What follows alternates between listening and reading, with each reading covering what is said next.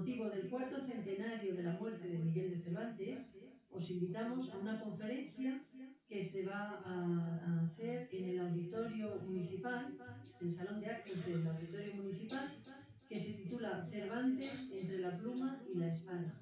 Esta conferencia la va a dar el profesor Ramón Roldán, que es un profesor de literatura y es presidente de nuestra asociación.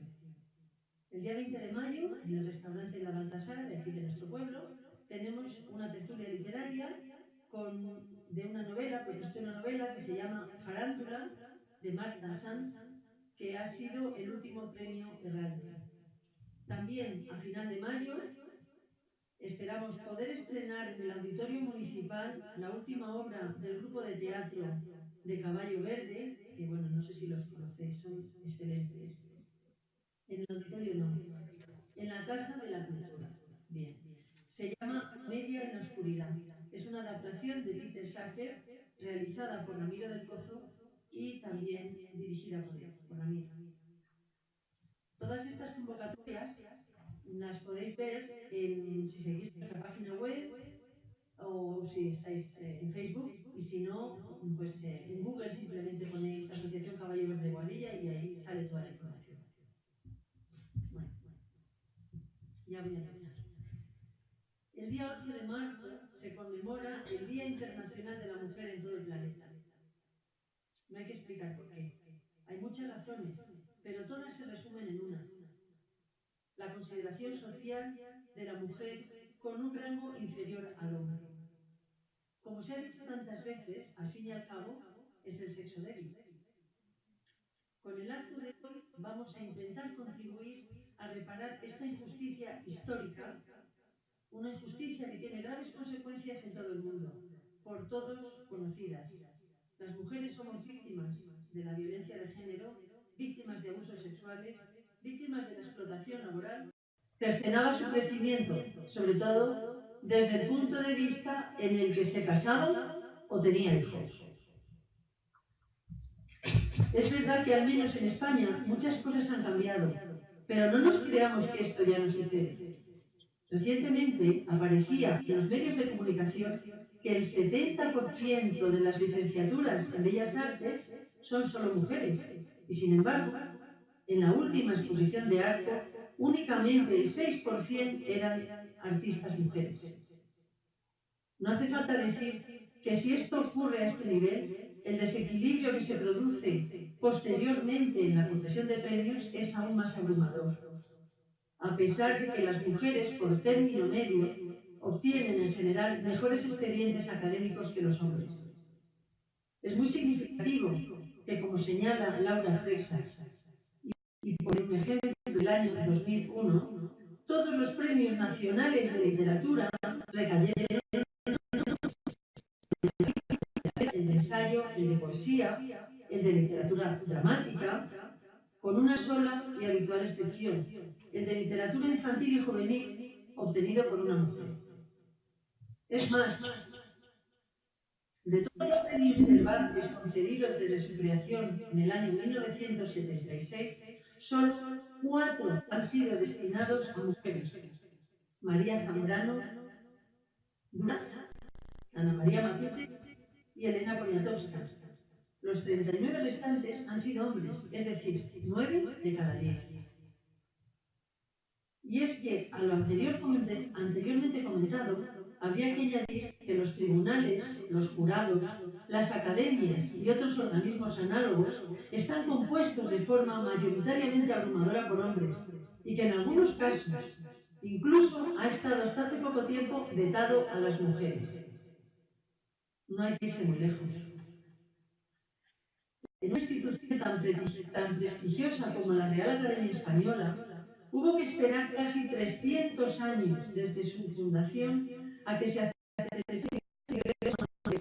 en concreto en el año 1976, la primera académica española. Actualmente en la RAE hay 44 académicos de número, y de ellos solo 8 son mujeres. Y cuanto más subimos en el escalafón, peor. De los 13 académicos honorarios, ninguna es mujer. Y por supuesto, ninguno de sus 30 directores ha sido una mujer. Por unos motivos u otros, la mitad de la población ha sido y sigue siendo marginada por la cultura. No solo se ha hecho un daño terrible al papel de la mujer en la sociedad, de las civilizaciones, se ha visto sin duda limitado por no haber sabido aprovechar sus aportaciones a lo largo de la historia. Y esto desde que Hipatia de Alejandría, brutalmente asesinada por lo avanzado de sus conocimientos. ¿De cuántos avances científicos, artísticos y sociales podríamos estar disfrutando hoy si no se hubiese ignorado, despreciado, incluso perseguido el potencial de las mujeres en la cultura? Hoy, las mujeres y los hombres de Caballo Verde hemos querido denunciar esta injusticia y este error histórico y, en la medida de lo posible, poner nuestro granito de arena para corregirlo. Y lo hemos querido hacer no con un concurso de zumba o con globos de colores rosa o morado, sino centrándonos en el papel de 4 mujeres invisibles para la cultura. Las recuperaremos para la luz, para el saber, como el símbolo de la mujer protagonista de la cultura, que sin embargo ha sido ocultada por la sociedad y por la historia. Deseando de esta forma que en un futuro mujeres y hombres caminemos juntos hacia un mundo mejor, de mayor progreso y libertad, al que todos podamos sumar y sumemos y sin discriminaciones de ningún tipo y en pie de igualdad. Para ello, hemos invitado a 4 expertas en la materia.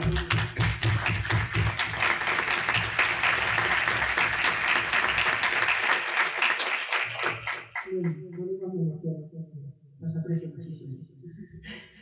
María Prieto es profesora de Historia en el Colegio San Ramón y San Antonio de Madrid. Ha colaborado...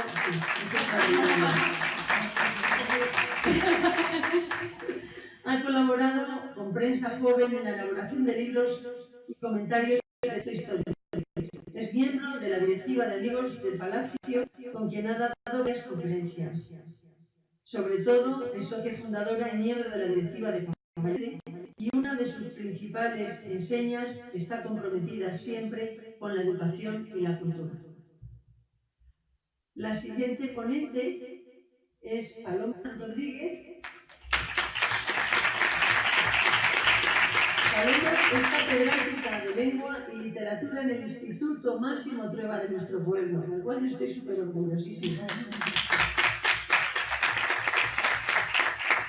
Es coautora de los libros de texto Vicentiles. Ha participado recientemente en comisiones de educación para el Congreso como asesora. Es amante de la educación y maestra de vocación. Y viva los maestros, que yo soy hija de maestros. Bueno, la siguiente ponente, Carmen Riquelme,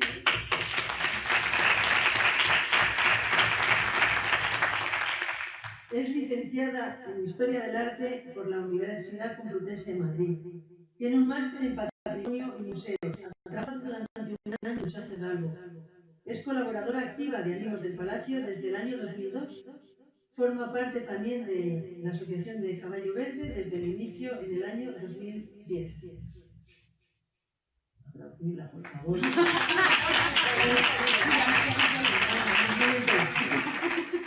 Y la última persona es Sonsoles Morillo, que es profesora de Biología y Ciencias Medioambientales y de la Tierra del Instituto Máximo Trueba.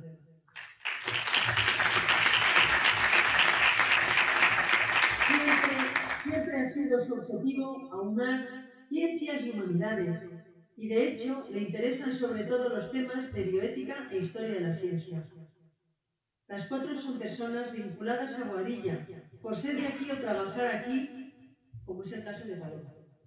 Y bueno, yo ya doy paso a que ellas nos cuenten.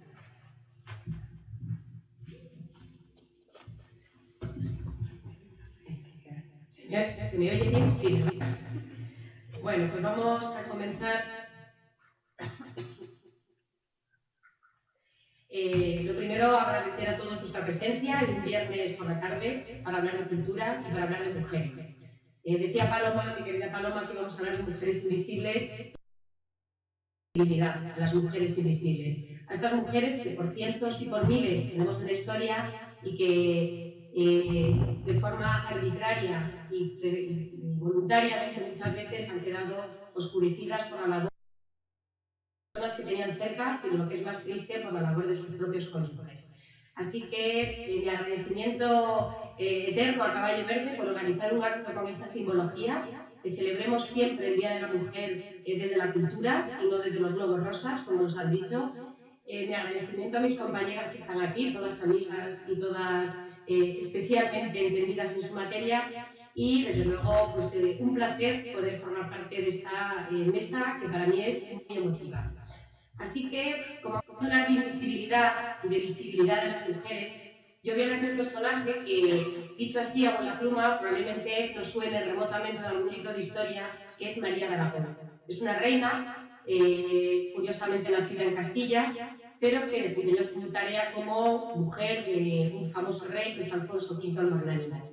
Ya sé que a lo mejor el tema pues, no resulta especialmente motivo si pensamos que estamos en las postrimerías del siglo XV, o bueno, siglo XV, y que no vamos a hablar de Clara Campoamor, no vamos a hablar de sufragistas, sino que vamos a hablar de una mujer que lo tuvo mucho más difícil, porque vivió en el medievo, y la mujer en el medievo estaba no solo ensombrecida, sino planteándose si tenía alma siquiera, ¿no?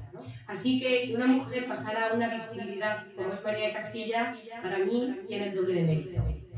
Tengo que decir que con el personaje me encontré de repente, lo conocía evidentemente de genealogías, etcétera, pero hace poco en una conferencia oí hablar de varias Marías como reinas de Castilla y de Aragón y me quedé absolutamente fascinada y a partir de ahí siempre se van como construyendo historias, de repente es el Día de la Mujer, de repente Caballo Verde quiere visibilidad, de repente María de Aragón ocupa mi mente y me pareció que todo cobraba forma. Así que, como tenemos que ser breves, y me gustaría pues, dedicar una tarde entera a María de Castilla, que bien se lo merece por la marginación que sufrió, vamos a dar unas notas muy breves de lo que es su contexto histórico y político para que hablemos de invisibilidad de una reina, ¿no? Decíamos que María de Castilla, a pesar de ser de Castilla, reina de Aragón. Esto es frecuente, evidentemente, entre las dinastías reinantes en ese momento en la península ibérica. Ella es hija del rey, de Enrique III, de Oriente, y de su esposa, que bueno, una mujer pues extraordinaria, ¿no? Como era Catalina de Lancaster, que su nacimiento ya la señala pues, en un puesto privilegiado para la conciliación, porque ambos, su padre y su madre, procedían de la misma familia, uno de la línea bastarda y otro de la línea legítima. Que ella viniera a unir las dos dinastías, la legítima y la bastarda, parecía que la colocaba ya en el disparadero de lo que va a ser su gran labor, que es la mediación, la conciliación, que es casi el sobrenombre con el que debería haber pasado a la historia. Bien, nace como digo primogénita de estos reyes de Castilla y como primogénita es princesa de Asturias, un título que acaba de acuñarse, su padre Enrique III es el primero que lo lleva, cosa que el heredero no sea el príncipe de Asturias, pero ella. Le dura muy poco porque a los 3 años nace su hermano Juan, futuro Juan II, padre de Isabel la Católica, que nos sonará, y la desplaza del Principado de Asturias. Esto nos parece obvio, le ha pasado a todas las infantas de Castilla, pero no lo es, no lo es. Solamente le desplaza por razón de que él es varón y ella no lo es. Lo más grave de esta situación es que a día de hoy nuestra Constitución democrática recoge exactamente la misma ley. Siguen desplazando los varones en la forma de sucesión a las mujeres de la corona española. Entiendo que las monárquicas algo tendrán que decir de esto, ¿no? En cualquier caso, digo, desplazada, primera vez que la desplazan en la historia, tenemos hasta 3, María de Castilla se convierte simplemente en una infanta, no es poco, infanta de Castilla, y como es obvio, le buscan un buen matrimonio, lo hacen, le casan con su primo, Alfonso, que en ese momento es simplemente infante también, pero para cuando este matrimonio empieza a cobrar forma, porque sabemos que se apalabraban desde muy jóvenes, él ya es heredero de la corona de Aragón, por una carambola que no podemos contar aquí, los Trastámara también llegan a la corona de Aragón, así que pasa de ser simplemente infanta de Castilla a ser la futura reina de Aragón. María de Castilla, como ella se solía llamar todavía, convertida, como digo, en reina de Aragón.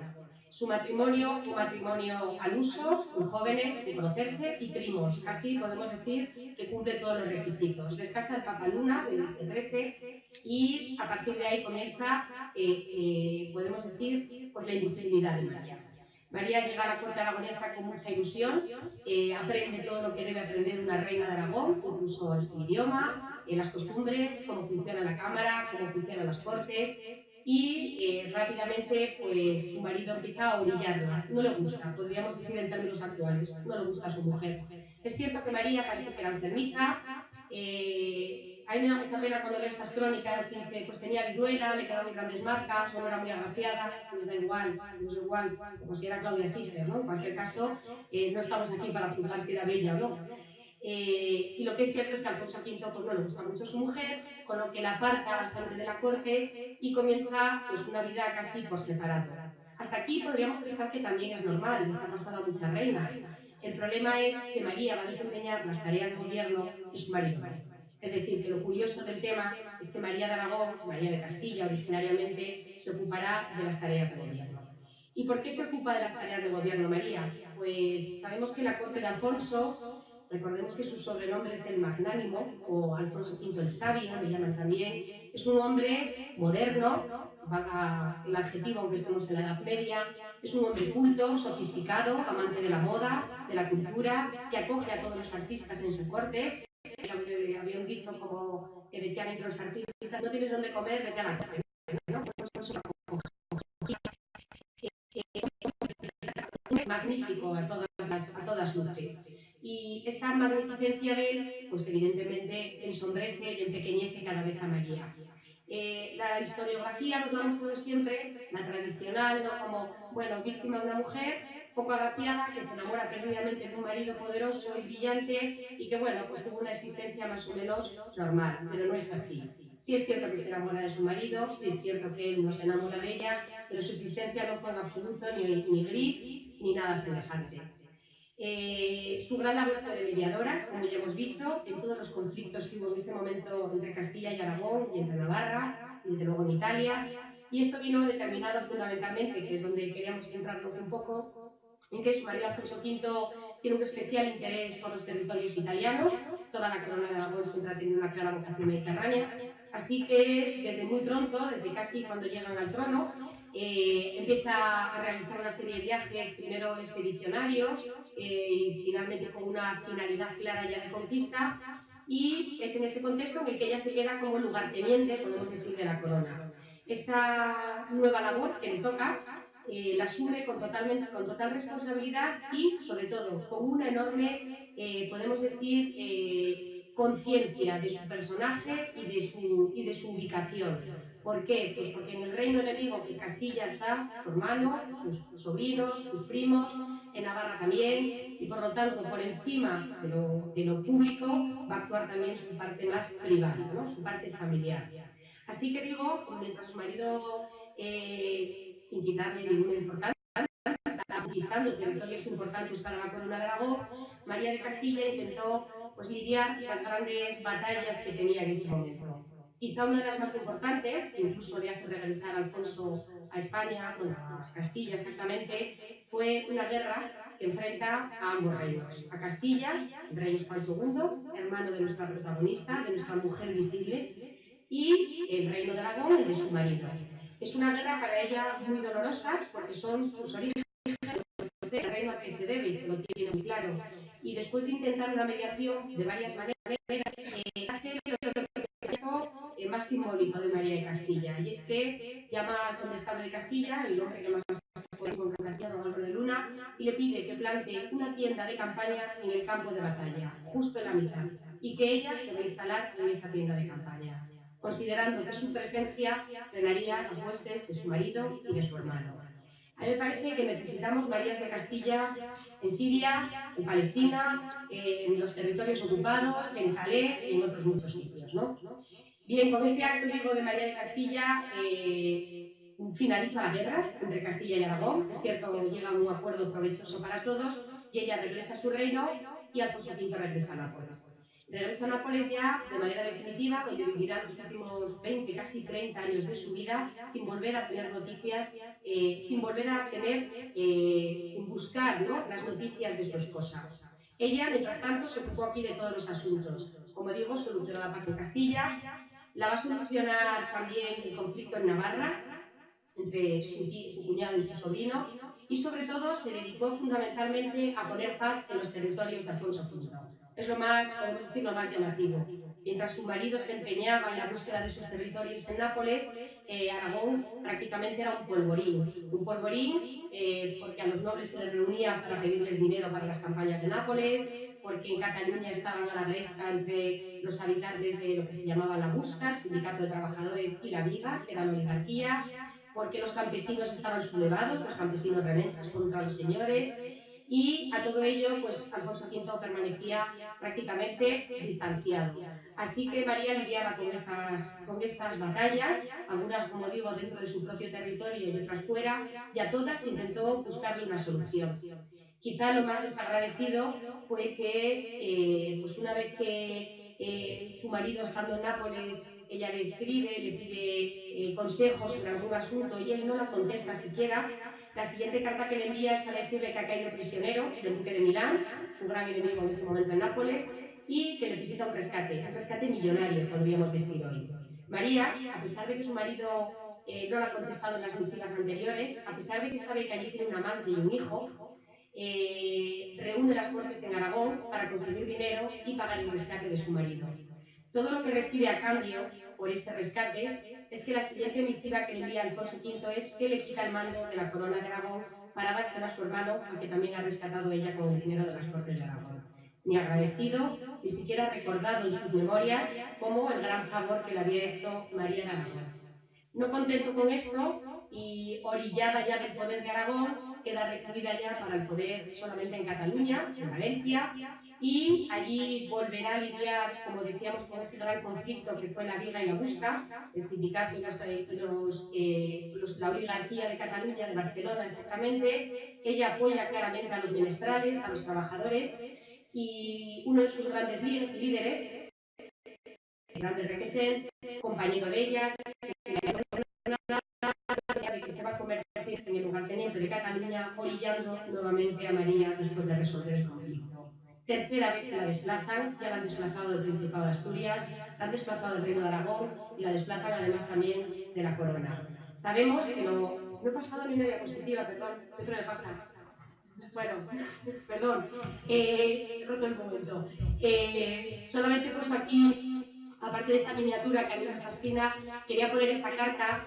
Da igual que pusiera esta que otras cientos de cartas que tenemos de María de Castilla, porque todas ellas fueron cartas que ella misma personalmente escribía y que recibía constantemente de personas que buscaban su mediación. Desde un campesino que ha perdido su herencia, desde un hijo que reclama a la reina si puede interceder por su padre que está preso o cautivo en el Reino de Granada, desde otra madre que pide que su hijo pueda volver de la guerra. Todos grandes y pequeños era pues quizás su gran labor. Decíamos, por tanto, que le queda poca trayectoria familiar. Su marido no vuelve de Nápoles nunca más, después de esta última ida en 1432, fallecerá ella aquí y él en Nápoles. Él renuncia a la corona solamente de manera teórica, nunca más volvió a Aragón y gobernó, pero jamás renunció a los subsidios ni a las rentas que puntualmente ella le enviaba para él y para su amante y sus hijos. Y mientras tanto, María, con una resignación casi, podemos decir, fuera sobrenatural, pues mantuvo unida a esa familia que se peleaba por el trono de Castilla, por el trono de Aragón, por el trono de Navarra y que buscaban en su colaboración, como decimos, esta unión de nuestras cámaras. Solamente al final de su vida le manda una carta a su marido diciéndole que le gustaría saber cómo está, si vive, si le va bien, si son ciertas las noticias que tiene. Él nunca la contestó tampoco. Pasó sus últimas temporadas en un convento en Valencia, donde ella se sintió muy identificada con este territorio y ya de ahí no la podían desplazar porque ya no era nadie. Seguía siendo titular la reina de Aragón, pero ya no tenía mando sobre ninguno de los territorios. Por lo tanto, queríamos dar visibilidad hoy a un personaje histórico que no solamente, como digo, tuvo una enorme labor como mediadora, como conciliadora, y que no se quede simplemente en el dibujo de una mujer familiar que busca el acuerdo entre sus hermanos o sus cuñados, en este caso, sino como una mujer política muy valiosa y capaz de argumentar cada uno de los pasos políticos que dio. Y si la hemos elegido es precisamente porque además fue claramente oscurecida por la corte en la que le tocó vivir. Baste decir, para finalizar, que no me quiero extender, que por si fuera poca la maldición que tuvo María de Castilla, ni siquiera pudo tener hijos, que no había maldición mayor para una reina y para una mujer en la Edad Media. Así que desde aquí pedimos Marías de Castilla en muchos sitios, no solamente en los territorios que hemos citado, sino incluso entre nuestros políticos, en nuestras familias, y muchas Marías de Castilla, sobre todo en los campos de refugiados. Muchas gracias.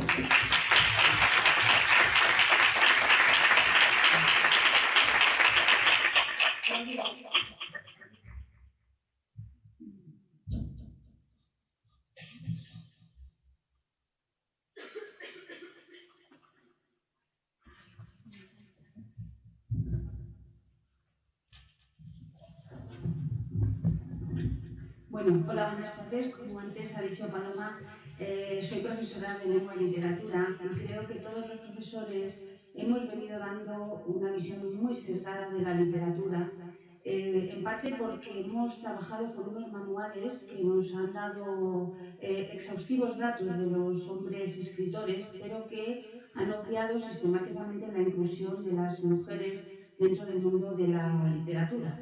Hasta que esa historia no se complete y no se hagan visibles esas mujeres, no estaremos dando una buena historia.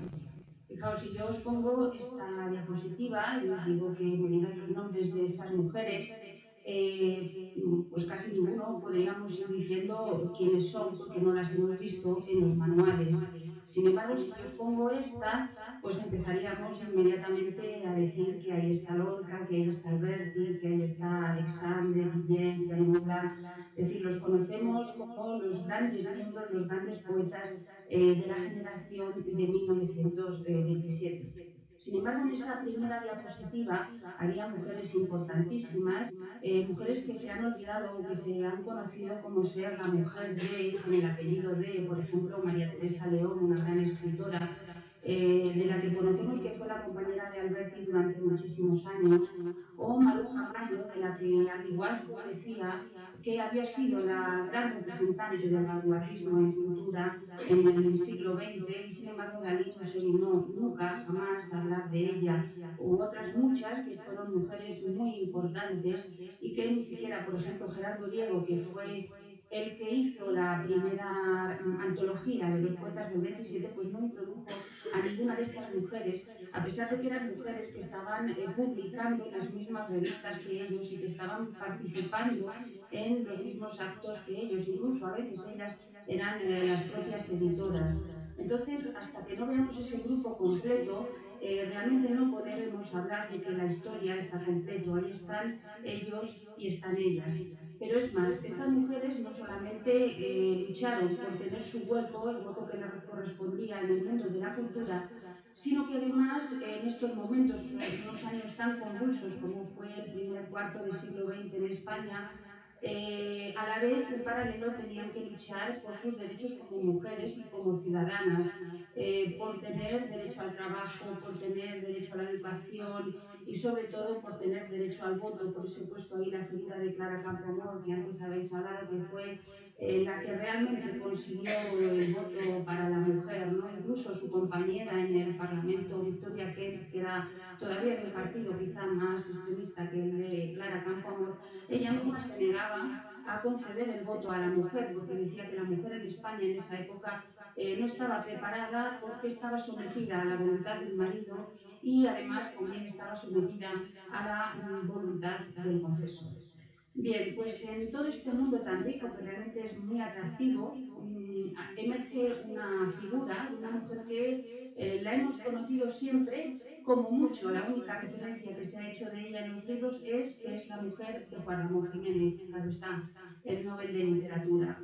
Y precisamente Juan Ramón Jiménez, cuando él no fue a recoger el Nobel, ella estaba muy enfermo, a punto de morir, pero envió una carta y en esa carta decía: mi esposa Zenobia es la verdadera ganadora de este premio. Su compañía, su ayuda, su inspiración hicieron durante 40 años mi trabajo posible. Hoy sin ella estoy desolado e indefenso. Se puede decir que la muerte de Zenobia provocó casi inmediatamente la muerte de Juan Ramón. Él no la sobrevivió muchos meses. ¿Y quién es esta mujer? Bueno, pues es una mujer tremendamente polifacética. Cuando uno empieza a leer cosas sobre ella se da cuenta de lo importante que fue y de lo olvidada que ha estado, ¿no? Ella fue escritora, ella hizo traducciones, trabajó para periódicos, ella era maestra, era una mujer muy culta que conocía varias lenguas, pero sobre todo el inglés, que en aquella época yo creo que fue la primera mujer bilingüe realmente. Ahora que se lleva tanto el bilingüismo, bueno, pues Zenobia, claro está, por herencia familiar, conocía perfectamente el inglés. Entonces, también podríamos decir que incluso ahora diríamos que era una gran emprendedora porque inició negocios y negocios con mucho éxito que permitieron vivir al matrimonio holgadamente durante toda su vida, ¿no? Pero a la vez desarrolló una ingente labor en todas las asociaciones culturales de la época. Os hablo siempre de, bueno, hasta el año, siempre decimos la primera mitad del siglo XX, pero entendemos que en la primera mitad es hasta el año 1936, y participó en todas esas iniciativas culturales y en muchísimas iniciativas sociales que se han tenido también olvidadas, ¿no? Ella bueno, pues, daba conferencias sobre la importancia de la higiene en la salud familiar. Ella era una amante de los niños y siempre protegió a la infancia, es decir, que tenía una actividad frenética. Y todo esto lo conocemos porque hay muchísimas referencias, afortunadamente, de los escritores del 27, de los amigos que tenía, de toda la gente a la que conoció en todos sus viajes, pero lo conocemos sobre todo por su obra, ¿no? Ella empezó a escribir muy joven, cuando vivía en Estados Unidos, y escribía ya cuentos y muchos reportajes en Nueva York. Y fundamentalmente se conoce todo este mundo tan rico de Zenobia por sus diarios. Fijaos que ahí os he puesto el diario de juventud, que en teoría es el primero, el de 1916, y sin embargo este diario, esta recopilación, solamente se ha publicado hace muy poco tiempo, hace un año y pico, que bueno, pues decidieron sacar a la luz todos los diarios de Zenobia. Y por supuesto sus traducciones, ¿no? Las traducciones no solamente de Tagore, sino de escritores importantísimos de lengua inglesa, como puede ser Shakespeare. Entonces,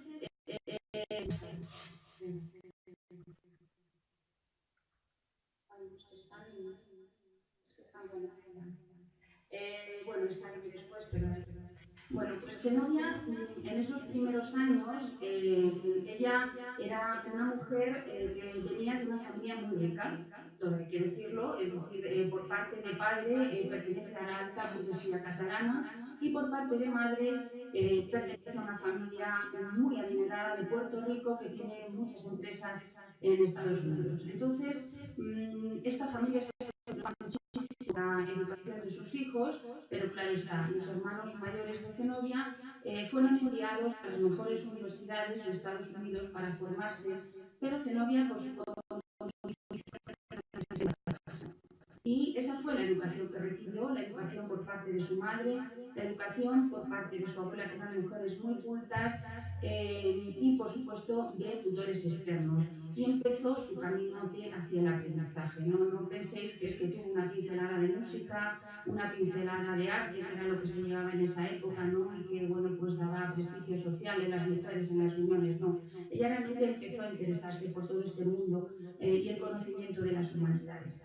Y en Nueva York, porque vivió durante algunos años en Nueva York al principio, además empezó también a tener relación con todos los movimientos feministas que estaban surgiendo en aquella época. Y se interesó y se matriculó en la Universidad de Columbia, es decir, que tuvo una infancia y una adolescencia muy rica, porque además era una mujer muy cosmopolita, precisamente por el trabajo de su padre, ¿no? Entonces, Zenobia pasó esos primeros años así y de repente a su padre lo trasladan a la Rábida, a Huelva. Y claro, imaginaos una mujer que se ha criado en Nueva York y que de repente se mete en Huelva. Ella siempre intentó buscar su hueco y lo encontró. Allá donde iba encontraba un camino, ¿no? Cuando llega a Huelva se da cuenta de que España tiene un lastre tremendo con el analfabetismo y decide leer y a escribir a todos los hijos de los trabajadores. Y así se pasó el año que vivió allí y estos niños después han publicado cosas sobre Zenobia y han hablado maravillas sobre esta mujer porque imaginaos lo que significó la presencia de Zenobia en la Rábida y cómo les abrió al mundo de la educación. Pero realmente cuando Zenobia empieza ya a tener una luz propia es en el año 1910 que de nuevo por el traslado de su padre viene a Madrid. Como pez en el agua en los ambientes progresistas y empieza a relacionarse con la residencia de estudiantes, que es la heredera directa de la institución libre de enseñanza. Empieza a participar en todas las actividades de la institución libre de enseñanza, ¿no?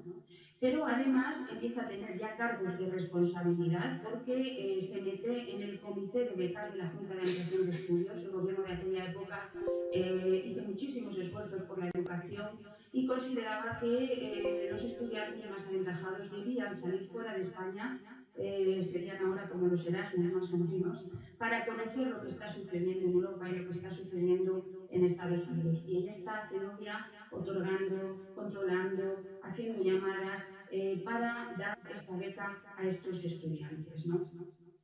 Pero además ella quiere ser independiente, no quiere estar sometida al dinero que le da su familia, aunque siempre lo recibió de Estados Unidos, así que tuvo las espaldas muy cubiertas, y decide montar una tienda de arte. Entonces, esta tienda de arte fue para ella una tienda de compra-venta más que de arte, ¿no? Porque compraba productos de artesanía española y lo enviaba a Estados Unidos. Obtuvo bastante dinero con esto, pero sobre todo la tienda fue importante para ella por dos cosas, porque le permitió salir a todas las zonas rurales para comprar esos productos y ahí conoció la literatura popular española y desde ese momento se convirtió en un amante de la literatura española. Y porque además esta tienda se convirtió en un lugar estratégico, muchas de esas mujeres que aparecen al principio empezaron a reunirse con ellas ahí y empezaron a establecer la andadura de los movimientos feministas españoles, ¿no? Y en estas es cuando Zenobia conoce en 1913 a Juan Ramón, en la residencia de Juan Ramón tardó 2 horas en declararle su amor eterno. Se quería casar con ella de manera imperiosa, pero ella lo dudó. Ella tardó, ella no estaba segura y en esos diarios ella lo ha dejado escrito, primero porque no estaba segura de ese amor y segundo porque tampoco estaba segura de si el matrimonio iba a ser el camino, ¿no? El camino de su vida. Lo que sí accedió es a colaborar intelectualmente con Juan Ramón, entonces empezaron a traducir a Tagore. Realmente la que traducía era ella, claro está, que es la que conoce el inglés. Lo que hace Juan Ramón es dar forma poética a ese verso, ¿no? Ese verso lo adapta un poco al verso español. Fijaos que, bueno, es una pena, aparece ahí, pero no se ve bien. Es la primera edición de la traducción de Tagore que hicieron los dos. Si vierais la imagen en blanco, veréis que el nombre de Zenobia no está.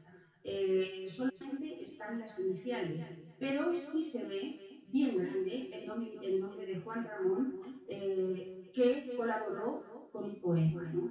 Para que veáis cómo eran sistemáticamente ignoradas las mujeres en cualquier tipo de publicación. Aquí no es una creación personal de Zenobia, pero sí una traducción. Bien, pues ni siquiera su nombre apareció ahí. Luego, posteriormente, sí se la reconocería, ¿no? Finalmente a Zenobia se la llevan casi de los pelos sus padres a Nueva York porque le querían alejar de este poeta, ¿no? Que es eso de casarse con un poeta y encima es un poeta prolífico, es un poeta que ya había estado ingresado en varias ocasiones y Juan Ramón se caracterizó durante toda su vida por entradas y salidas en hospitales, por sus crisis de neurosis y por lo tanto los padres no querían ni muchísimo menos que se casara con Juan Ramón I, pero él la sigue. Va a Nueva York y se casan en el año 1916. Y esa frase es determinante, la que está ahí, ¿no? Porque realmente es lo que marca este matrimonio. No solamente al principio, sino desde que empezaron su aventura juntos hasta la muerte. Yo soy en parte dueña de mi propia vida y Juan Ramón no puede vivir la suya aparte de la mía. Y esto fue así siempre, toda la vida. Zenobia se convirtió en el pilar que mantenía una infraestructura familiar, porque ella compraba, vendía, alquilaba, pero además se Juan Ramón tenía que tener unas condiciones muy especiales para esa gestación de la obra poética y siempre le protegió, siempre. Ella quería que escribiera y todas las condiciones se las ofreció Zenobia. Si Juan Ramón decía que se tenían que cambiar de casa porque había muchos ruidos, ahí está Zenobia organizando el traslado.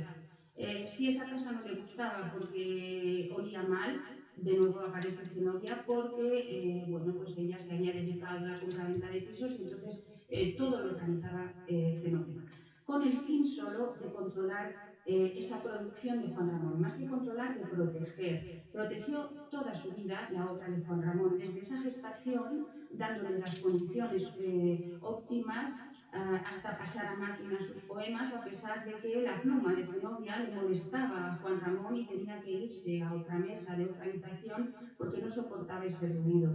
Y Zenobia controlaba todas las ediciones, las publicaciones, es decir, que uno empieza a darse cuenta de que la figura de Juan Ramón Jiménez no hubiera sido, en realidad, sin la figura de esa mujer que tuvo al lado y muchas veces dos pasos por delante de él durante toda la vida. Entonces ella supo desde ese momento que tenía que proteger la obra de su marido, pero a la vez nunca claudicó en tener una vida personal muy rica. ¿Y cómo lo hacía? Proyectando todas esas inquietudes intelectuales en las múltiples asociaciones, en la residencia de estudiantes, y una de ellas fue el Liceum que fundó María de Maeztu, en la que también está Zenobia como secretaria y como organizadora. Siempre los objetivos de estas asociaciones eran abrir el camino a la mujer, que por cuestiones que todos conocemos estaban, por supuesto, ocultas.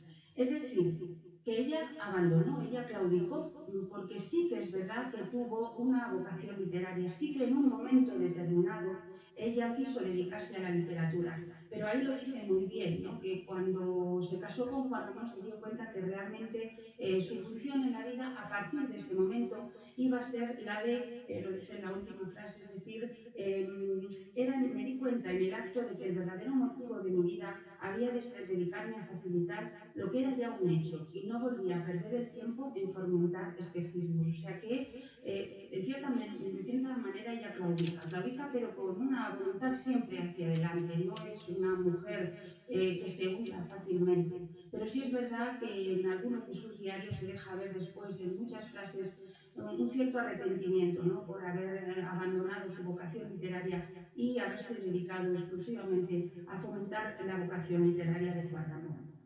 En esta vida tan rica vivió el matrimonio en Madrid, rica en cultura, hasta el año 1936, que evidentemente todos sabemos qué es lo que pasó. Ellos sufrieron muchísimo, tenían que arreglar unos asuntos porque la guerra había impedido que recibieran dinero de Estados Unidos y entonces tenían que irse a Estados Unidos, pero el auténtico espaldarazo, el empujón, se lo dio el presidente de la República, Azaña, que era un gran amigo de Juan Ramón Jiménez. Azaña le dijo a Juan Ramón que en ese momento su figura era mucho más importante fuera que dentro de España, porque como intelectual tenía la obligación de dar a conocer al mundo qué es lo que estaba sucediendo en ese momento. Y muy a su pesar, bueno, pues les facilitaron, el gobierno de la República les facilitó la huida muy pronto. Ellos se fueron en agosto del año 1936 en un viaje que pretendían que fuera un viaje muy corto. Otros muchísimos exiliados de este país nunca jamás volvieron a pisar territorio español en vida, ¿no? A partir de ese momento empiezan bueno, pues un periplo viviendo por muchísimos sitios motivados por dos cosas fundamentales. La primera es que realmente eran intelectuales muy fuertes y muchísimos países continuamente les llamaban, les ofrecían hubieran plazas en las universidades. Y la segunda es porque la enfermedad, la amilosis de Juan Ramón, se agravó muchísimo cuando salió de España. Entonces, desde ese momento Zenobia casi se dedicó en cuerpo y alma a proteger aún más, si es que no lo había hecho, a Juan Ramón Jiménez. Entonces, bueno, recalaron en Nueva York, recalaron en La Habana, en Miami. Dice que fue feliz y fue luego muy infeliz porque estuvo trabajando en la Universidad de Maryland, igual que Juan Ramón Jiménez, y ella se desarrollaba intelectualmente, pero Juan Ramón estaba continuamente ingresado hasta que uno de los médicos le dijo a Zenobia que lo que pasaba es que su marido se estaba muriendo de nostalgia y que tenía que irse a vivir a un lugar que le recordara su tierra y sobre todo a un lugar en el que oyera hablar español, porque Juan Ramón nunca se adaptó bien al inglés. De nuevo Zenobia hace las maletas, no se lo piensa dos veces, abandona la universidad y claro, se va a Puerto Rico, que es prácticamente su segunda tierra, ¿no? Fijaos esa frase que deja ella puesta y dice: en esta empresa yo siempre he sido Sancho. Nadie entiende ahora mismo la figura, nadie, ni ahora ni nunca. Entendemos a Don Quijote sin la presencia de Sancho. Pues exactamente lo mismo sucedió en ese matrimonio y ella era consciente. Quizá Juan Ramón no era tan consciente como ella, ¿no? Entonces, en el año 1951 se marchan a Puerto Rico. Zenobia ya iba muy enferma porque llevaba padeciendo cáncer de útero bastante tiempo, había sido tratada en Boston y aquí bueno, pues, se enferma todavía mucho más, llega hasta tal punto considerar que su marido es más importante que ella, que decide que no tiene que volver a Boston porque Juan Ramón no es capaz de vivir sin ella y se empieza a tratar del cáncer en Puerto Rico. Allí no dan con el tratamiento y sufre tremendas quemaduras por un exceso de radiación. La gente que la acompañaba decía que se moría de dolor, que no podía sentarse porque tenía quemado prácticamente toda esa zona del cuerpo. Y la empujan a que vaya a ver a su médico de Boston. Va, pero solamente para recibir la noticia de que le quedan muy pocos meses de vida. Ella se vuelve a Puerto Rico y no penséis que se mete en un hospital o se mete en la cama. Empieza a organizar su muerte, y a organizar la vida de Juan Ramón después de su muerte. Esa es una de las últimas fotos de Zenobia trabajando justo ya a punto de morir en la Universidad de Puerto Rico porque estaba empeñada en terminar la tercera antología de Juan Ramón. El día, 3 días antes de la concesión del Nobel, llega un periodista sueco, pide permiso este periodista sueco por razones humanitarias para poder decirle a Zenobia que a su marido le han concedido el Nobel y que pueda morirse con esa idea. Y Zenobia, en uno de los poquísimos momentos lúcidos que tuvo ya al final, fue la que se lo comunica a Juan Ramón. El 28 de octubre de 1956 muere Zenobia y esa es una de las poquísimas fotos que quedan de él. Tiene muy mala calidad, pero realmente es una foto muy triste, porque Juan Ramón se negó a comer a partir de ese momento. Se negó a comer, no su único trabajo era ir cada día con unas sillas estas plegables, ¿no? Estas de playa, a la tumba de Zenobia y hablar con ella horas y horas hasta que ya los médicos decidieron que tenían que duró 18 meses de la muerte de Zenobia. Si Zenobia hubiera oído todo lo que se ha dicho de ella, lo poco que se ha dicho de ella, pero siempre considerando que es la enfermera de Juan Ramón, la compañera, la mujer dócil, yo creo que Zenobia se hubiera revuelto en la tumba, porque su figura es una figura importantísima, como una mujer idealista, emprendedora, trabajadora, que luchó toda su vida por asumir un papel que bueno, le correspondió como mujer de Juan Ramón, pero sobre todo luchó porque se la conociera por Zenobia Camprubí y no como la mujer. Espero que en algún momento bueno, tenga el reconocimiento que se merece. Muchas gracias.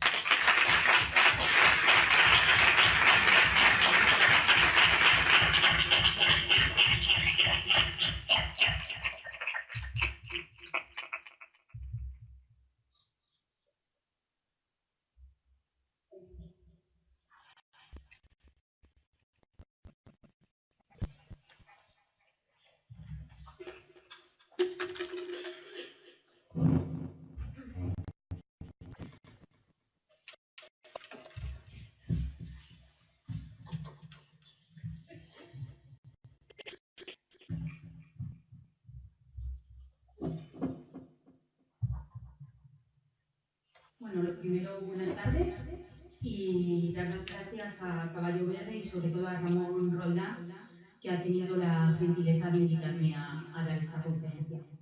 Yo, después de haber oído estas dos conferencias que me han precedido, hombre, yo creo que Elena Sorolla es una mujer interesante, pero la verdad es que hay muy poco escrito sobre ella. Yo va a ser más visual la conferencia y bueno, también podemos reflexionar sobre este tema, ¿no? El papel de la mujer artista que existe. De hecho, en el mundo de la cultura somos muchas más mujeres que hombres las que trabajamos. Como ha dicho también Paloma Martínez, en las circunstancias que ha habido este año en Arco, que son un 6% de las artistas que ha habido expuestas de los artistas que ha habido expuestos eran mujeres. Pero la verdad, yo cuando me puse a investigar sobre el tema, cuando Ramón me llamó, la primera persona que se me ocurrió fue Elena Sorolla. No sé por qué me vino a la cabeza, porque la verdad yo no conocía nada de Elena Sorolla. Lo único que sabía de ella era que era hija del gran pintor Joaquín Sorolla, el valenciano, y que había hecho algo de arte. Era lo único que sabía. Es así de triste porque tampoco en la educación, como bien hemos hablado, bueno, es triste, siento decir esto, es triste que yo ni en mi licenciatura he estudiado arte español, en una licenciatura en historia del arte, pues ya una mujer artista española, pues ver para creer. Bueno, ya después las reivindicaciones, vamos a empezar a hablar de Elena Sorolla. Pues se me ocurrió hablar de Elena Sorolla por eso, porque, bueno, sabía que había hecho algo y me acordé de este cuadro. Este cuadro está en el Museo Sorolla, es un cuadro muy conocido, se llama Madre, es precioso. Joaquín Sorolla nos ilustra ese momento en el que nace su hija Elena Sorolla. Elena Sorolla nace en 1895 en Valencia. Quizá podemos pensar que es la tercera de los hijos de Joaquín Sorolla, los hijos que tuvo con Clotilde, su mujer, también una mujer de armas tomar, una mujer que también tuvo su importancia en la vida de Joaquín Sorolla, no sé si tanto como Zenobia en la vida de Juan Ramón, pero bueno, ahí tenemos todo el epistolario que hay entre Sorolla y su esposa. Él le llamaba cariñosamente a ella mi ministro de Hacienda, porque ella era la que se encargaba de gestionar la casa, gestionar los dineros, gestionar todo. Pues podemos pensar que esta es la primera imagen que tenemos de Elena Sorolla, pero fijaos qué bonito este dibujo de Joaquín Sorolla. El anterior cuadro está datado entre 1895 y 1900, está en duda. Sin embargo, este dibujo está en la correspondencia que se guarda y que dio a la luz en unos tomos editados por la Generalitat Valenciana, en el que la correspondencia de Joaquín Sorolla con uno de sus amigos, en el que cuenta el parto que ha tenido Clotilde, y dice así: el parto de Clotilde fue de 1 hora, feliz, sigue muy bien, y la niña buena y muy morenucha, se llama Elena. Participaba su señora madrina. El sábado la bautizamos. No le hemos puesto el nombre de Clotilde por tenerlo ya la otra. Y este dibujo está precisamente en esa misiva que le envía a su amigo, con lo cual esta es la primera imagen que tenemos de Elena Sorolla y no este magnífico cuadro que podemos ver en el museo. A mí la verdad me parece, Sorolla tiene unos dibujos espectaculares, la verdad. Y este está en la Biblioteca Valenciana, pero en el Museo Sorolla se conservan muchos de ellos. Sorolla fue muy dado a dibujar a su familia, a pintarlos, como todos sabréis, todos los que os habéis dado una vuelta por el Museo Sorolla. Y además tenemos la gran suerte de que en la familia Sorolla, se junta la rama de Joaquín Sorolla, pintor, y el padre de Clotilde era un fotógrafo excepcional de la época, Antonio del Castillo, con lo cual tenemos mucha información de la familia Sorolla a través de los propios cuadros de Sorolla, como este cuadro de Lenita en su pupitre, que está en colección particular. Me imagino que lo tendrá alguno de los 7 hijos que tuvo Elena Sorolla, que ahora veremos, pero también tenemos fotos como esta de María, Joaquín y Elena, que probablemente la hiciera su abuelo, Antonio del Castillo. Aquí tenemos, bueno, voy a hablar. Quiso que sus hijos tuvieran, los tres, tuvieran una buena educación. Tanto Elena como María estudiaron en la institución de enseñanza. Y en una de las cartas que él escribe a su mujer le dice exactamente lo siguiente, para que veáis también el espíritu que tenía Joaquín Sorolla avanzado para la época. Dile a las chicas que me alegra que las dos trabajen mucho, pues ahora es el momento. Él, a pesar de, bueno, no sé si queda bonito decirlo, pero a pesar de que ellas eran mujeres, él se preocupó, ¿no? En que tuvieran una educación, porque la institución libre de enseñanza, uno de sus principales pilares, era que la educación de la mujer no debía de ser como la del hombre, sino con el hombre, que ahí era cuando iba a empezar a que la mujer empezara a andar en términos de igualdad con el hombre. Y las dos hijas de Joaquín Sorolla estudiaron en la institución libre de enseñanza. Los temas, en la obra de Elena Sorolla es curiosa porque la podemos dividir fácilmente en dos etapas. La primera etapa es una etapa de juventud que va más o menos de 1911. Se señala el año de 1911 porque en una carta que le escribe la hija María a su padre dice que Elena Sorolla dice que Elena estaba tallando una pieza en el taller del padre mientras el padre estaba haciendo un viaje, con lo cual por eso la historiografía pone la fecha de 1911 para como comienzo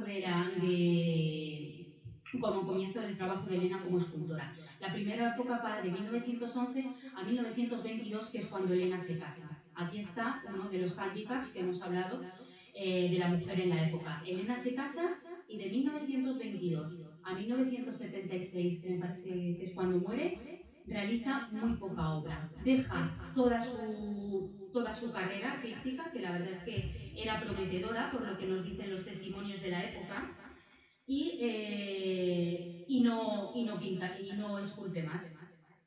Este catálogo que tengo en mis manos fue un catálogo que se hizo en Valencia en 2014.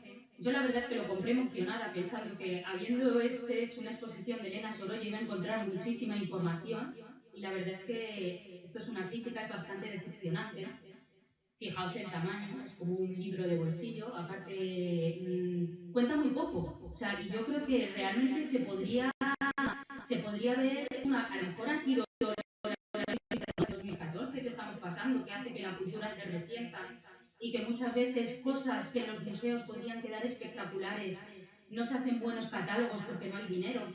Pero podría haber sido un buen momento para estudiar la figura de Elena y sin embargo se queda en un libro con muy poca cosa, hay muy poca chicha, quizá hay más en este cuaderno de pieza del mes que publicó el Museo Sorolla en 2013, que lo podéis descargar en la web si os interesa. Quizá hay más datos más interesantes aquí que en lo que se supone que es el catálogo antológico de una escultora. Pero hay alguna cosilla interesante que yo os voy a contar. Por ejemplo, hay una entrevista a sus familiares en la que la persona que ha escrito el libro les pregunta que por qué dejó de esculpir Elena. Y exactamente dice así, esto lo dice su nuera Pilar. Dice, le preguntan, ¿y ella tenía ilusión por la escultura? Y su nuera Pilar contesta, mucha. Yo le pregunté, ¿por qué no seguiste, abuela? Y me dijo, con 7 niños tuvo 3 en un año, porque uno nació en enero y los gemelos en diciembre. Y decía, ya no había modo con 7 niños, imposible. Ayer mismo, al saber que venías, hablé con Alberto es otro de los hijos de Elena. Siento leerlo así, pero esto es una transcripción de una conversación, entonces y le pregunté, ¿qué me cuentas tú de la abuela? ¿Por qué dejó de repente la escultura? Después de haber hecho las cabezas de todos sus hijos, con lo que le gustaba. Y me dijo, fijaos la explicación que da el hijo. Como éramos tantos y cada uno teníamos un cuarto, la abuela se encontró sin espacio donde poner su taller. Pero no, era una casa de 300 metros, con lo que pienso que era más por falta de tiempo. Entonces ahí está, como digo, otros de los hándicaps de la mujer de la época que en cuanto se casa aparta toda su labor por dedicarse a las labores del hogar. Esta foto habla mucho también de la educación de Elena Sorolla. Tuvo dos maestros. El primero fue Mariano Benlliure. Esto me ha sorprendido también porque yo hace tres años aproximadamente di una conferencia de Mariano Benlliure. Se hizo una antológica de Mariano Benlliure aquí en Madrid, en la Real Academia de Bellas Artes San Fernando, con un catálogo, eso sí que era estupendo, y no se mencionaba nada de la relación de Benlliure con Elena Sorolla. Sí que se mencionaba mucho la relación Benlliure-Sorolla, porque las dos familias eran los dos valencianos, tenían mucha relación. Sin embargo, en los dos textos que he trabajado para la conferencia, se marca Benlliure como el primer maestro de Elena Sorolla, pero sobre todo se marca a José Capuz. En esta foto, que probablemente fuera de Antonio del Castillo, vemos cómo José Capuz está trabajando en escayola este busto que ahora mismo está en el Museo Sorolla. La mayoría de las obras de Elena Sorolla de 1911 a 1922 se conservan en el Museo Sorolla, tanto como propiedad del museo como propiedad de la Fundación Museo Sorolla. Sin embargo, las obras de 1922 a la última del 67 son todas de colección particular, estarán, me imagino, en manos de la familia. Podemos distribuir la obra que hizo Elena Sorolla en diferentes temáticas, bastante común a lo que hacían las mujeres en la época. Lo primero son las figuras femeninas, como esta muchacha sentada, que se conserva en el Museo Sorolla, es una figura muy chiquitita. La verdad es que Elena Sorolla trabajaba del natural, como su padre, y esta figura, siento la calidad de la imagen, pero no he encontrado otra mejor. Este desnudo femenino recostado tiene mucha influencia de Rodin. Cuentan también en el libro, y además también demuestra mucho el carácter de cómo es la familia Sorolla, ¿no? Cuenta en el libro que una vez Elena Sorolla le dijo a su nuera, a Pilar, esta que hemos leído el fragmento, que la esculturilla que hay de Rodin en el Museo Sorolla era de ella. Entonces su nuera le dijo, oye, si esa escultura era de tuya, ¿cómo es que no te la trajiste? Y fijaos cómo es la familia Sorolla, que a mí esto me encanta, ¿no?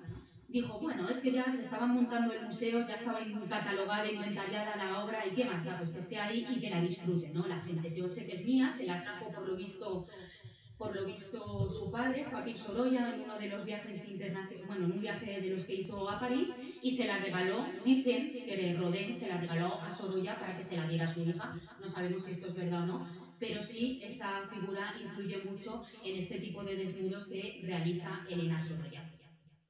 Este es precioso, otro también, desnudo de mujer, pero es preciosa sobre todo la foto de arriba, donde podemos ver cómo Elena trabaja primero la obra en yeso, para luego sacar el molde, que luego servirá para fundir la obra en bronce que está abajo en el Museo Sorolla. Aquí tenéis, firma muy pocas obras, eso también es característico en las mujeres artistas de esta época. Sin embargo, esta en la peana, a los pies de la figura desnuda, sí que aparece firmada como Elena Sorolla. Esta otra obra también la tenemos en el Museo Sorolla, en el jardín, y es que, bueno, sabéis, recurrente, como yo ya os digo, desnudos femeninos, figuras femeninas sentadas, pero algo muy interesante que hace Elena son los bustos femeninos. Esta escultura de Saeta ahora mismo está expuesta en una exposición que me gustaría dedicar un minutillo a hablar de ella. La exposición está ahora mismo en la residencia de estudiantes, se llama Mujeres en Vanguardia y habla de la residencia de señoritas. Yo, en mi ignorancia, no sabía que había existido una residencia de señoritas paralela a la residencia de estudiantes. A lo mejor hablamos, no sé si es algo de tipo educativo, pero yo he ido a ver la exposición y me he quedado fascinada de lo que se hacía en la residencia de señoritas. Zenobia está por todos los lados, en la residencia de señoritas, y todas las mujeres de vanguardia de la época pasaron por la residencia de señoritas.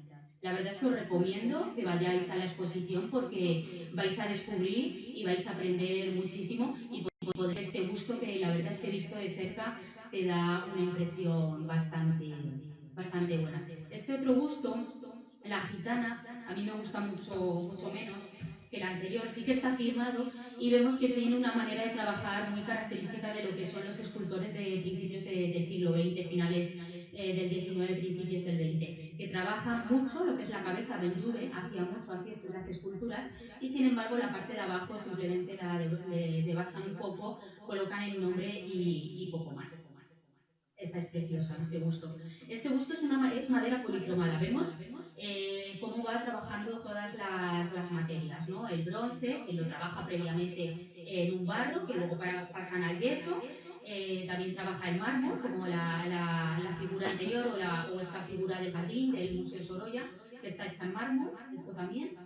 Y trabaja la madera policromada en muy pocas figuras, y esta la verdad es que es preciosa. Hay más o menos poco más de medio centenar de obras catalogadas de Elena Sorolla.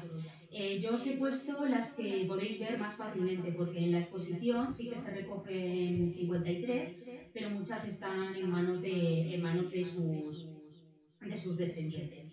Es significativo que ella, a pesar de estudiar en la Institución Libre de Enseñanza, ella quiso hacer por convicción propia la comunión. Ella con 11 años, a ver si encuentro el texto, dice la nuera: fíjate tú, ella por su cuenta cuando tenía 11 años salía con la hermana y la señorita de compañía y se fue a San Fermín de los Navarros, y dijo que en lugar de ir de paseo con ellas quería que la prepararan para la primera comunión. Un día, cuando ya estaba preparada, salió con la tata sin ningún traje especial e hizo su primera comunión.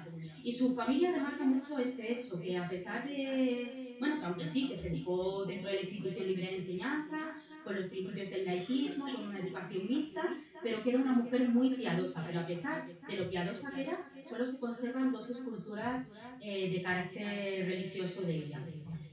Los bustos familiares es quizá lo más importante de la obra de Elena Sorolla. Estas dos fotografías, porque en esta de vuestra izquierda, Elena está trabajando el busto de Clotilde, su madre. Sin embargo, es un busto que está en paradero desconocido. La fotografía de la derecha, que la hizo Antonio García del Castillo, se titula Nieta y Abuelo, y es otro busto que está en paradero desconocido. Es una pena por eso, porque la verdad es que redondearía el círculo de la producción de que Sorolla hizo, pero la verdad, sobre todo la foto de Nieta y Abuelo, a mí me parece preciosa, esa mirada que tiene Elena hacia su abuelo. Más bustos familiares. Este busto que está en el Museo Sorolla es el busto de su sobrino, Francisco Pons, que ha hecho mucho también por la Fundación Museo Sorolla y, bueno, toda la familia Sorolla. La verdad que es de agradecer la labor. Primero, la labor que está haciendo el Museo Sorolla como museo estatal, que está pasando por las necesidades que están pasando todos los museos estatales, con poco personal, poco presupuesto, y que sigue adelante esta labor. Y también la labor que está haciendo la familia Sorolla, que tiene mucha relación con el Museo Sorolla y que de vez en cuando siguen donando obras o incluso dejando algunas en depósito, ampliando los depósitos que hacen a la Fundación. Pues este busto, fijaos lo importante que sería para Sorolla, para Joaquín Sorolla, que lo representa en el retrato que pintó para Gregorio Marañón para la Hispanic Society de Nueva York. ¿Lo veis ahí al fondo? Estaba en casa de los Sorolla, y Joaquín Sorolla, fijaos la importancia que le da a la obra de su hija, porque este retrato de Gregorio Marañón fue a parar a la Galería de Españoles Ilustres, no es cosa baladí. Perdonad por esta diapositiva, pero todo esto está en colección particular, entonces solo lo he podido sacar de un pantallazo del libreto del Museo Sorolla. Elena Sorolla se casa, hemos visto esta foto, que es preciosa también. Imagino que este niño que está en primera fila es su sobrino Joaquín. Se casa y a los pocos meses muere su abuelo, Joaquín Sorolla. Y ella a partir de ese momento se casó con un ingeniero de montes, se fue a vivir fuera de Madrid y tuvo 7 hijos. A partir de ese momento ella se aparta totalmente de la escultura, y en los únicos momentos en los que vuelve a hacer escultura es para retratar a sus 7 hijos. El mayor es este de aquí abajo, el bebé, lo que pasa en la página ya quedó en un mail de 2010 dice: esa fue la herencia personal para cada uno de nosotros. Después el silencio, el no hacer. Un día, a finales de los años 60, plantó su caballete en el gran salón de su casa de Reina Victoria. La casa tenía 300 metros, ¿acordaros? Aunque ella decía que no tenía sitio para... Y se hizo, para satisfacción propia y para cerrar el círculo de su vida artística, una magnífica cabeza. Ahora vamos a ver. Pero a mí me parece magnífico. Magnífico que una mujer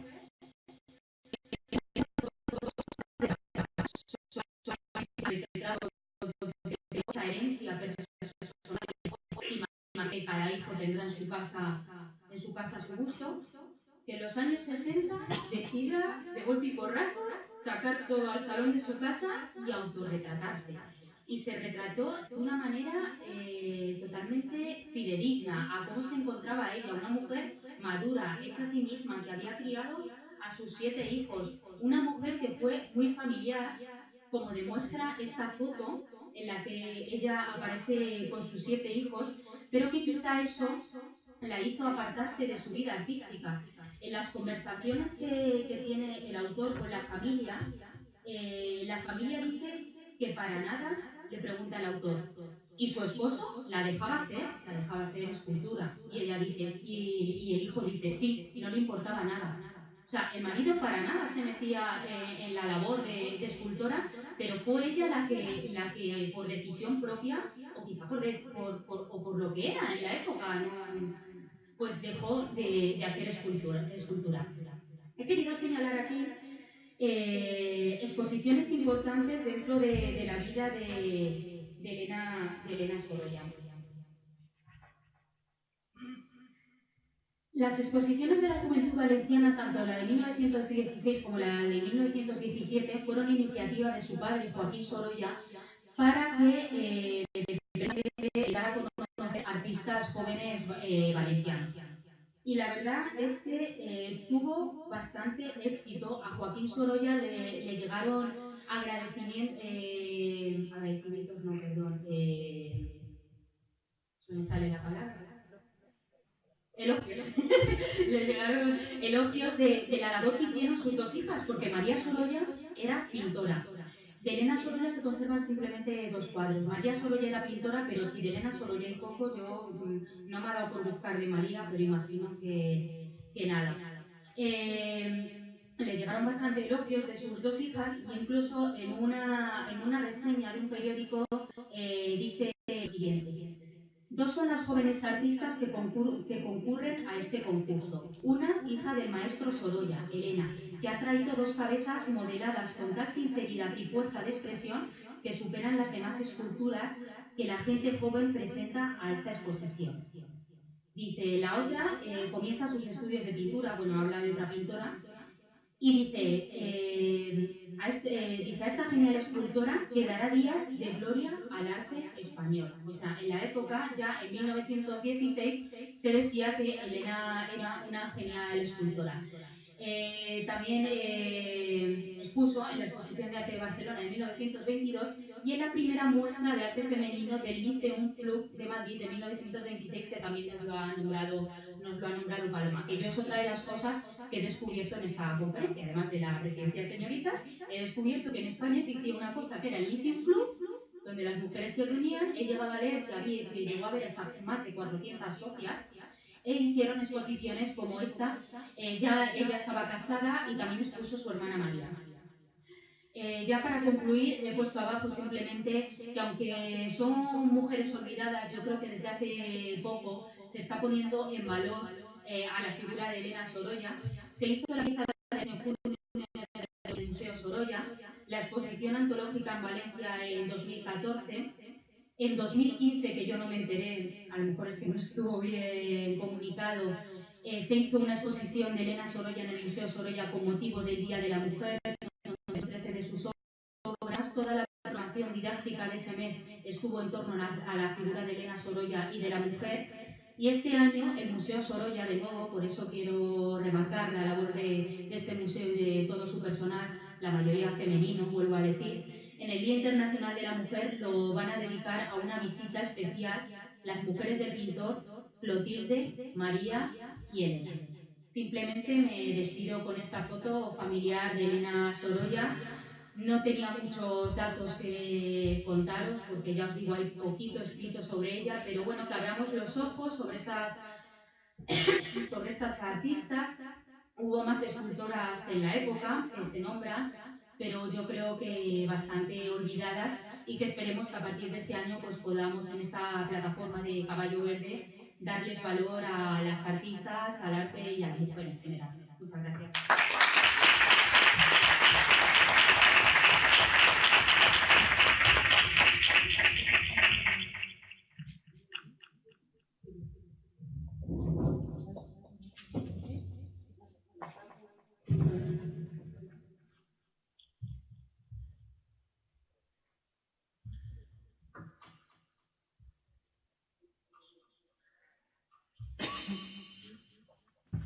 Bueno, o casi noches, porque llegamos aquí ya. Voy a intentar un poco, o sea, voy a intentar ir un poco al grano, ser breve. También quiero agradecer a Caballo Verde y a Ramón por haber contado conmigo en esta convocatoria. Y bueno, pues me cuesta trabajo también hablar de esta científica después de las abrumadoras biografías que me han precedido. Pero bueno, creo que es importante también en el mundo de la cultura hablar de la ciencia. Hay muchas mujeres en ciencia que no han recibido el reconocimiento que merecían. También ha habido menos científicas de las que tendría que haber habido, como en todos los campos de la cultura. Y quizá la mujer un poco el paradigma de no haber recibido el reconocimiento que merecía, desde mi punto de vista, pues es Rosalind Franklin. Yo misma estudié toda la licenciatura de biología y jamás he oído hablar de ella. Fue en una recién aprobada, o sea, recién que yo fui profesora, en una actividad extraescolar con mis alumnos, pues en una facultad de medicina había una exposición donde se hablaba de Rosalind Franklin y allí es donde yo la conocí. Así que bueno, pues pretendo presentaros a Rosalind Franklin de una manera concisa y breve. Voy a intentar ir al grano. Bueno, Rosalind Franklin, como os digo, fue una científica, ahora os voy a presentar algunos datos biográficos, que puso los cimientos fundamentales para un gran hito científico que fue el establecimiento de la estructura del ácido desoxirribonucleico, que es el ADN. Sin embargo, ella murió antes de que se reconociera, antes de que se entregara el premio Nobel a otros científicos que la acompañaban y que utilizaron los datos que ella había conseguido de una manera poco honesta, como os voy a contar. Bueno, para que lo conozcamos un poco a Rosalind, pues ella nació en el año 1920 en Londres, en una familia judía, una familia muy acomodada, de banqueros, políticos, influyente. Recibió una educación esmerada en los mejores colegios londinenses. Era la segunda hija de 5, tenía una hermana y 3 hermanos, todos recibieron una educación esmerada. Su familia era una familia también muy preocupada por la educación de sus hijos y ella, bueno, pues vivió en este ambiente. Era una niña inquieta, le gustaban los deportes, le gustaba la lectura. Más adelante se mostró como una mujer seria, vehemente, incluso en algunos artículos que he leído decían que las discusiones incluso se ponía agresiva, era una mujer extrovertida. Como os digo, con una sólida formación ya desde pequeña, incluso llegó a dominar pues 4 idiomas. Enseguida, rápidamente desde el colegio, ella destaca en ciencias, sobre todo química, física y matemáticas. Enseguida decide que quiere seguir su formación en ciencias. Su padre en un primer momento no la apoya, pero él mismo, que era un hombre bastante culto también, con una formación científica, era banquero, pues la apoya, le permite que vaya a Cambridge a estudiar, también lo hace y bueno, pues ella entra en Cambridge, en 1941 se licencia en Cambridge. Para que os hagáis una idea del ambiente que había en la Universidad de Cambridge en ese momento, pues a las mujeres no se les concedía el título de licenciadas. Era un título universitario, pero no con la categoría de licenciada. Incluso para acceder al doctorado, pues estaba restringido los doctorados. A la mujer solamente podían acceder al 10% de los matriculados. Quiero decir que de los doctorados el 90% tenían que ser hombres y el 10% mujeres. En esta época en la que ella estudió en Cambridge, tuvo la oportunidad de presenciar numerosas conferencias, pero hubo dos especialmente importantes para ella. Asistió a una conferencia de Albert Einstein y ya ahí se decantó bastante por la física, de entre todas las ciencias, y también asistió a una conferencia del que había sido premio Nobel en 1915, de John Bragg, donde John Bragg, bueno, le dieron el premio Nobel porque había descubierto una técnica, que era la técnica de la utilización de los rayos X para establecer la estructura tridimensional de determinadas moléculas, técnica que después veremos que Rosalind Franklin pues, desarrolló.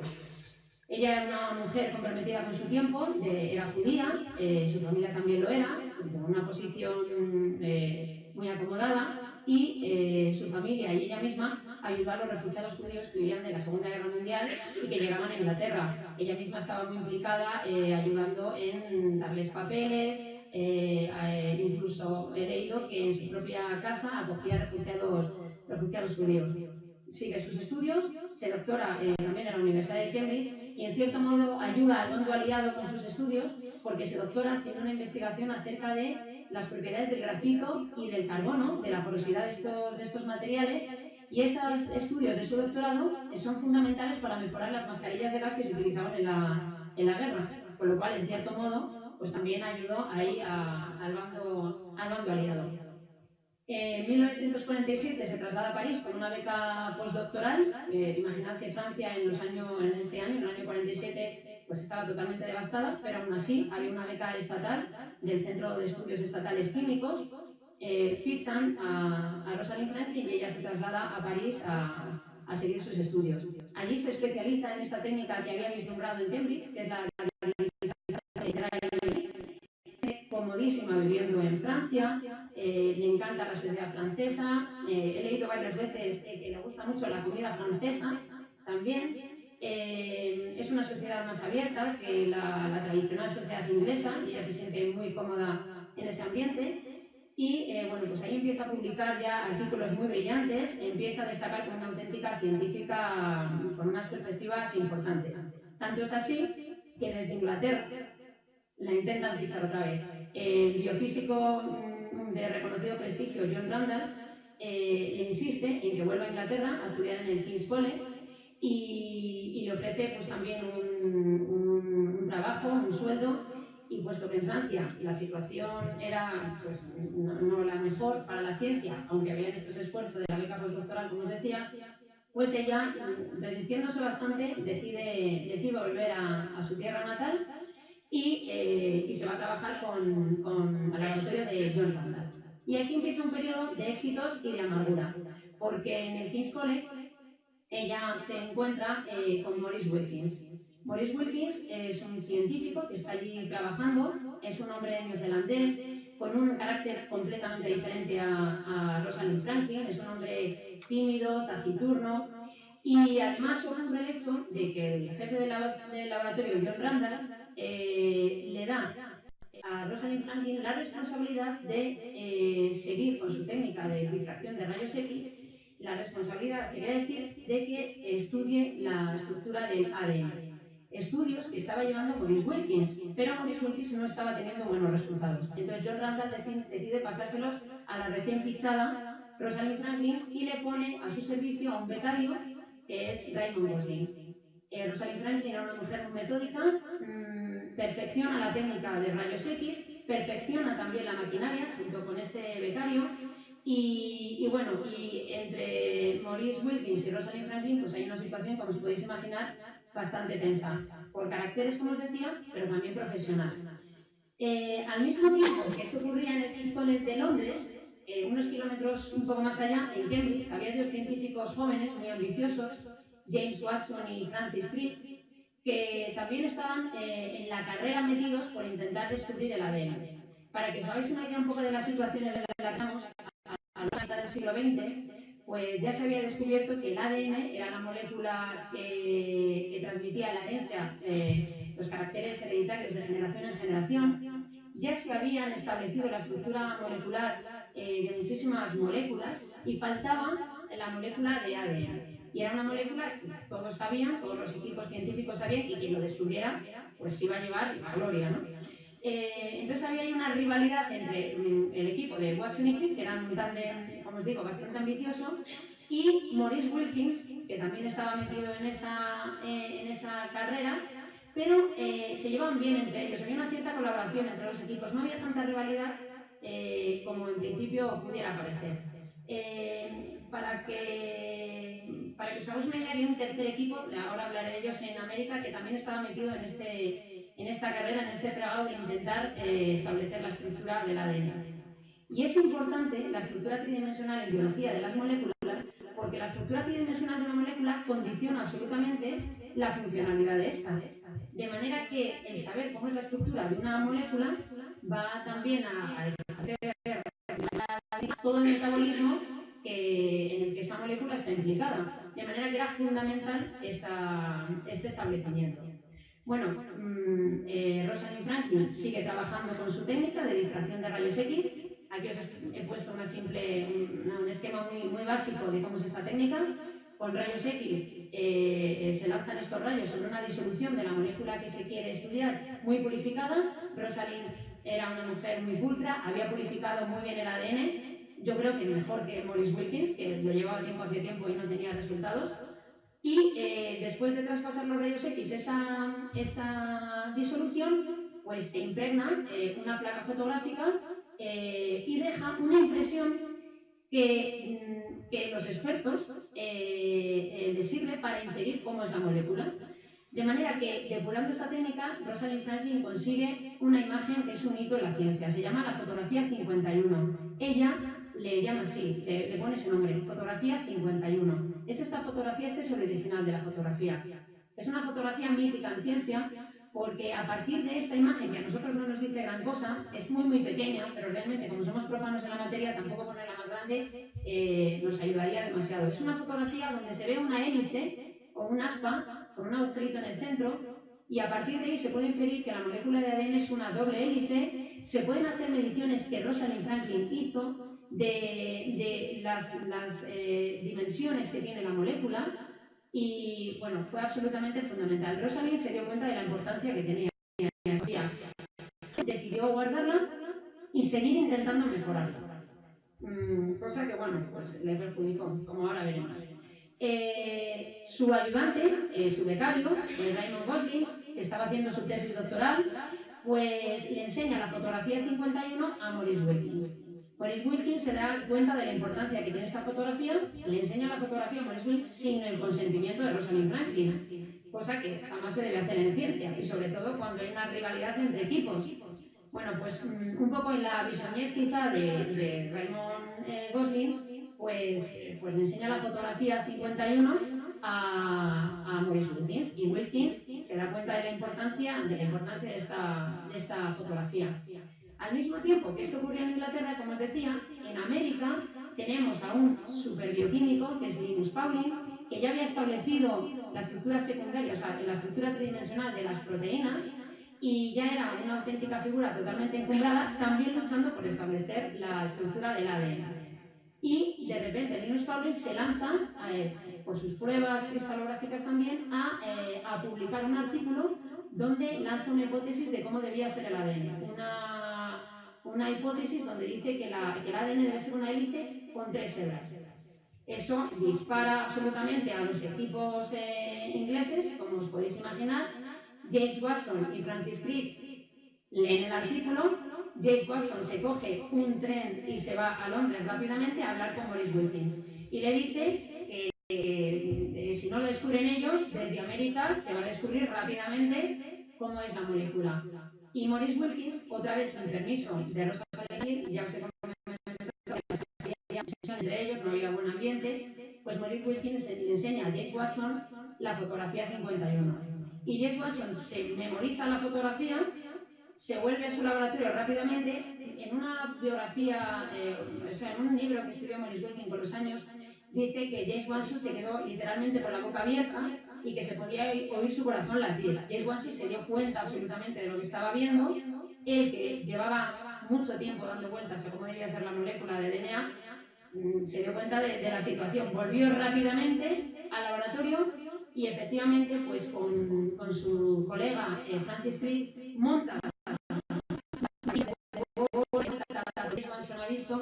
y el 28 de febrero de 1953 establecen cómo es la estructura del ADN.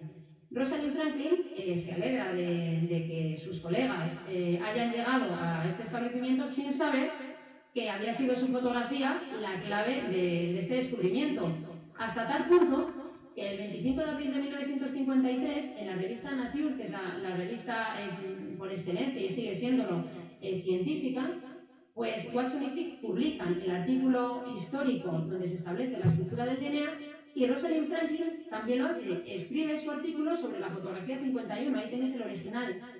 Y la sensación que da es que Rosalind Franklin apoya, es decir, de manera intencionada está apoyando el descubrimiento de sus colegas, pero no era nada intencionado, ella publicó sus resultados de manera aislada. Estamos hablando de DNA, quizás sabéis algo del DNA, pero bueno, de una manera muy somera simplemente quiero deciros que pues el ADN es una molécula formada por una doble hélice con 2 hebras, no con 3, como decía Linus Pauling. Es la molécula que establece las características fisiológicas y anatómicas de cualquier organismo vivo, en todas las células, y mantiene esa información genética de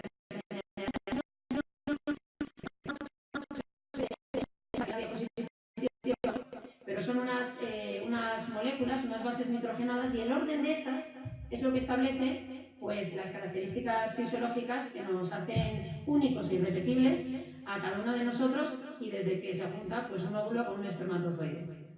Bueno, cuando Rosalind Franklin se entera un poco de la situación y de la rivalidad que había habido y de la utilización de la fotografía 51, no hay datos de que ella de una manera desairada se fuera, pero sí que pide el traslado. Incluso este traslado, el traslado desde el King's College hasta otro laboratorio, lo pide antes. Es decir, el ambiente que había en el King's College y el mal ambiente que ella tenía con Chris Wilkins le empuja a irse. Y entonces, pues ella pide el traslado, se va a estudiar a otro laboratorio londinense, abandona absolutamente los estudios del ADN, pero ella sigue estudiando la estructura tridimensional de otros, en este caso de otros organismos, como es el virus del mosaico del tabaco y el virus de la poliomielitis. Hace unos avances científicos importantísimos, publica numerosísimos artículos, hace avances muy brillantes, pero bueno, ya en un plano menor, porque ya la bioquímica en ese momento estaba en plena carrera explosiva después de este descubrimiento. Ella ya es una autoridad mundial sobre esta técnica de cristalografía y en el año 1958 ella fallece con 38 años de una bronconeumonía y de cáncer de ovario. Es de suponer que muere por la sobreexposición a la radiación de los rayos X, porque hasta ese momento pues, no había medidas de seguridad en los laboratorios. Nunca se casó, nunca tuvo hijos, fue una mujer que se volcó absolutamente en la ciencia. Y bueno, pues la tristeza es que en el año 1962 a sus compañeros les concedieron el Nobel, a Maurice Wilkins, a Watson y a Crick. Y solamente Wilkins tuvo la caballerosidad, la elegancia de dedicarle una breve mención en la concesión del premio Nobel. Ni siquiera Watson y Crick, que tomaron la palabra, le dedicaron la más mínima mención. Solamente fue Wilkins el que quiso hacerlo. Bueno, como curiosidad, ya casi para finalizar, os digo que aunque Rosalind Franklin tuvo una relación incluso amistosa con Watson y con Crick, al final eran colegas, pues ellos nunca reconocieron públicamente haber utilizado sus datos para establecer el ADN, nunca lo reconocieron, incluso nunca públicamente se lo agradecieron, aunque estos 3 personajes pues estaban absolutamente metidos en un momento histórico para la ciencia como fue el establecimiento de esta estructura. Todos los reconocimientos que ha tenido Rosalind Franklin han sido póstumos, de una brillantez para mi gusto mediana, una placa en su casa natal, el nombre a determinados edificios, sea de Cambridge y de Birkbeck, donde después se trasladó, para mi gusto un tanto insuficientes. Como curiosidad, pues os diré que a lo largo del año 2015 se ha estado representando en Londres una obra de teatro llamada Fotografía 51 y la actriz que lo interpretaba ha sido Nicole Kidman. La obra ha tenido un éxito tremendo de taquilla y de público y bueno, pues sería una delicia poderla disfrutar en Madrid. Y bueno, pues un placer haberos hablado de Rosalind Franklin y muchas gracias por